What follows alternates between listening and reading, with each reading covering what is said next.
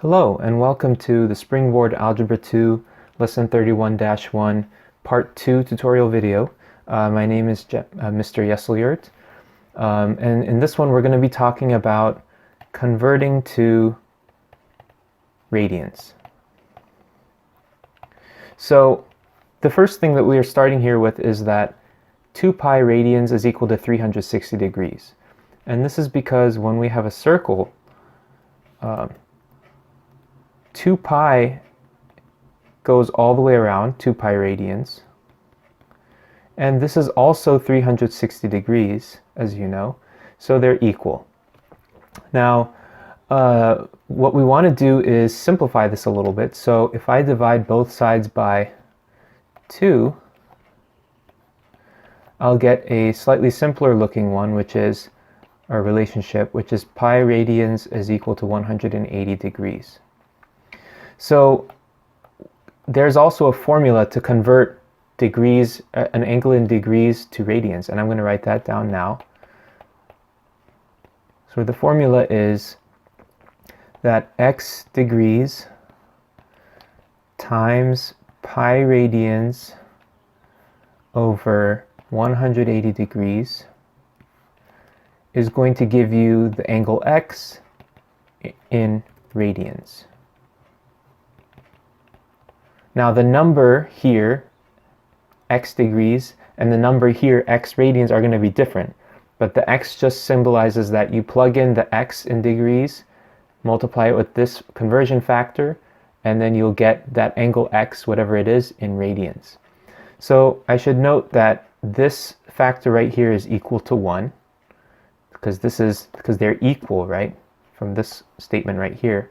So we're just multiplying by a unit conversion factor. It doesn't change the x angle, it only changes the units of the angle. So it goes from degrees to radians, because this degrees cancels with this degrees, and we're left with this radians, which is over here.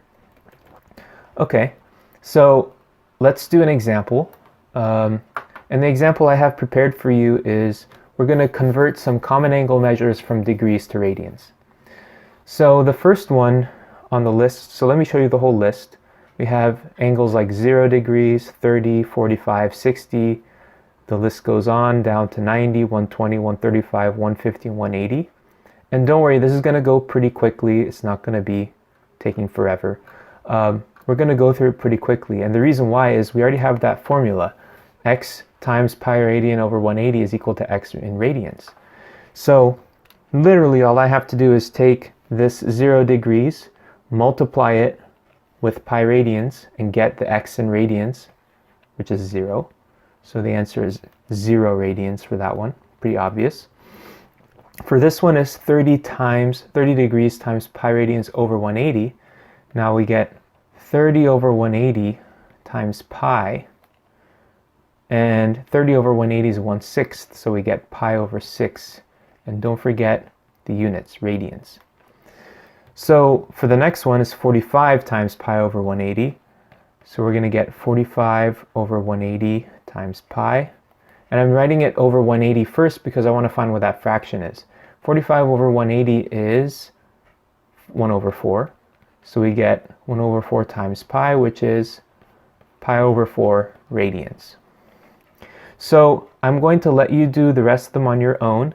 However, I will write the answers for each one so that you can check. So this is pi over 3 for 60 degrees. For 90 degrees is pi over 2.